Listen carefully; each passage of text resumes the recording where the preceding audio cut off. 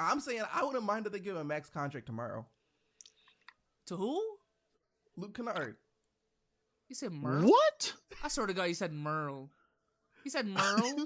Did you say Merle? DJ Khaled. Please, Khaled, don't pair me or compare me. Unless the said party is a rare breed. The stories I hear, they tend to mirror me. At this point now, rap is only therapy. The 2017 MVP race will forever be one of the most controversial MVP races of all time. On one hand, you had a player in James Harden who did not put up better statistical numbers than Russell Westbrook, but led his team to the third best record in the NBA, albeit having a better team.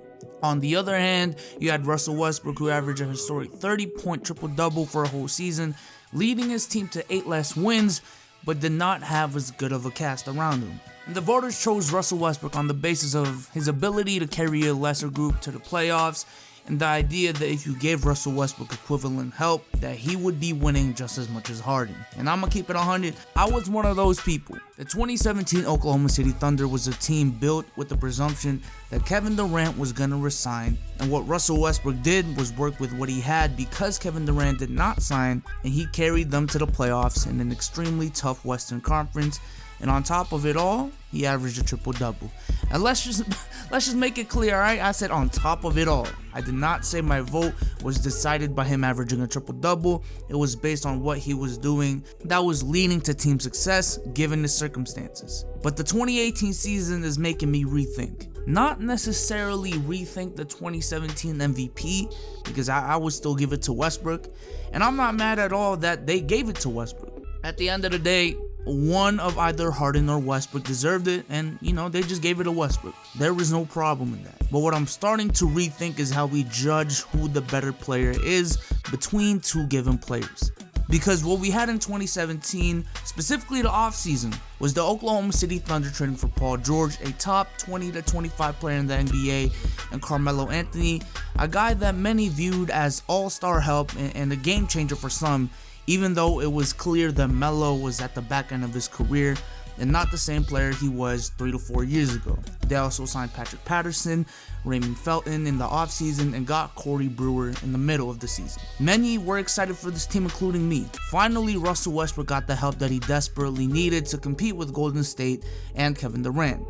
And many people, including me, Legend of Winning, and Mike Krozempa, had this Thunder team as the second or third best team in the NBA and as one of the biggest threats to the Golden State Warriors. Different team now, sure, but you have to admit that the combined talent is similar, and I think the 2018 Thunder have a chance to be better than the 2016 Thunder. This year's team just has more options. This is huge. After last year's offense that was basically give Russ the ball and everyone else get out of the way, this year's OKC team is actually very flexible and they're very talented. Yeah, here we are, 6 games left in the NBA season, and the Thunder are 5th in the Western Conference, winning 44 games, having the same record as the Spurs without a whole season of Kawhi Leonard, only a game and a half above a Jazz team whose best player has missed 25 plus games this year, and their second best player being a rookie in Donovan Mitchell, only a half a game above a New Orleans team with DeMarcus Cousins only playing 48 games, and 10 games behind the second seeded Warriors, when we had them coming into the season being in the same class as the Warriors and the Rockets. And I'm looking at their last 6 games right now, and they face the Heat and the Grizzlies, who, they should beat, the Warriors with KD back, the Rockets, the Nuggets, and the Pelicans. Look, I'm gonna be honest, I'm not 95% confident that they're gonna win 4 of those 6 games. So they can end the season winning around the same amount of games as they did last year, if not just 1 or 2 games more. Now, how does this tie back to me judging who's the better player, my original argument, and why I'm rethinking? Look, let's not get it twisted. If you give anyone else's Russ's situation last year, I'm not too sure anyone can do what he did and lead his team to 47 wins in the tough Western Conference.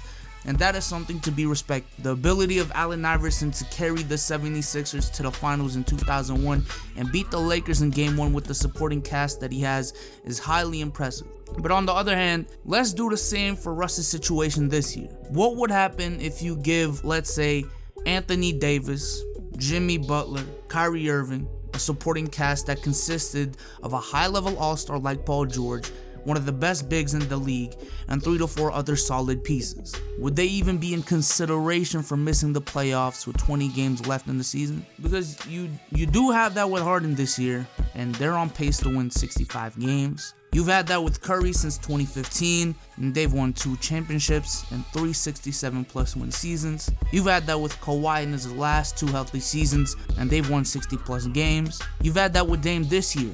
They've essentially locked up the 3rd seed after a full year of Nurkic. Kyrie has been able to coexist with LeBron James for the last 3 years, have gone to the finals every single year, won a championship, and this year with Hayward being injured, was still leading his team to a 41-19 record when he played. When comparing 2 players that are relatively on the same level, this is what I'm rethinking. Is the player that can carry lesser talent better than the player who can win more when talent is given to them? Like, just a perfect example. I feel like a lot of us do have Stephen Curry as a better player than Russell Westbrook. I'm not gonna lie, I don't think Stephen Curry could have done what Russell Westbrook did in 2017 given his situation. But on the other side of the spectrum, I don't think Russell Westbrook could do what Stephen Curry is doing in his situation. Except in Stephen Curry's situation, he's winning championships. In Russell Westbrook's situation, he's making the playoffs and being bounced out the first round. Now, I'm fully aware that Harden has not won a championship, nor has been to the finals in Houston, and neither has Dame, which I mentioned a couple minutes ago. But my point is, the gap between Westbrook, Kyrie, Dame, and Chris Paul is much closer than what most people think, because of this logic that I just explained. And even if you still disagree with my statement because of the fact that the Thunder don't have a bench, because the Thunder don't have a good coach, and that Carmelo has been underperforming, what you can't do is turn around and tell me in the same conversation that Sam Presti is one of the best GMs in the league, nonetheless a top 5 GM. And that's what I really wanted to talk about in this video, not just Russell Westbrook. I really want to talk more about Sam Presti and his faults as a GM, which I don't think he gets held responsible for now. Because Sam Presti was the same guy who didn't want to pay Harden because they didn't want to overpay, even though they were one of the best teams in the league and just made the finals.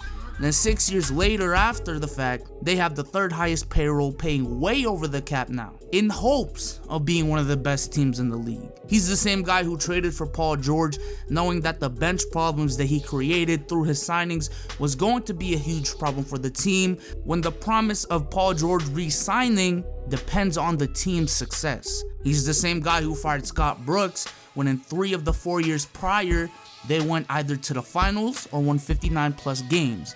The only one they didn't was his last year before he got fired, when they missed the playoffs because Durant, the 2nd best player on the planet, had a broken foot, and then replaced him with Billy Donovan, who many view as a bad coach now. He's the same guy that traded for Carmelo Anthony, knowing that he's in the back end of his career, was inefficient, still playing hero ball, and had a horrible contract. He's the same one that failed to give Russell Westbrook and KD the 3rd option and the bench that they desperately needed, which inevitably led to KD leaving because of the lack of success on a championship level. He is the one that assembled this roster that y'all are excusing Westbrook from winning only 1 or 2 games more than they did last year when he had less help. My point is, which one is it, people?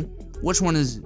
Look, I can't say that I can put 100% of the blame on Westbrook or Sam Presti, but it can't be both that Westbrook is unanimously the 2nd best point guard in the league, but when winning games comes into play, the surrounding cast is blamed. But then at the same time, you say Presti is a GM god as well, when he's the one that assembled the team they have right now and the year before. Look, either Presti isn't as good of a GM as you make him out to be because of his inability to surround Russ with pieces for the team to succeed, or Russell Westbrook isn't as good of a player as you make him out to be because when he gets the help from Sam Presti, the great GM, he doesn't know how to maximize it to its full potential.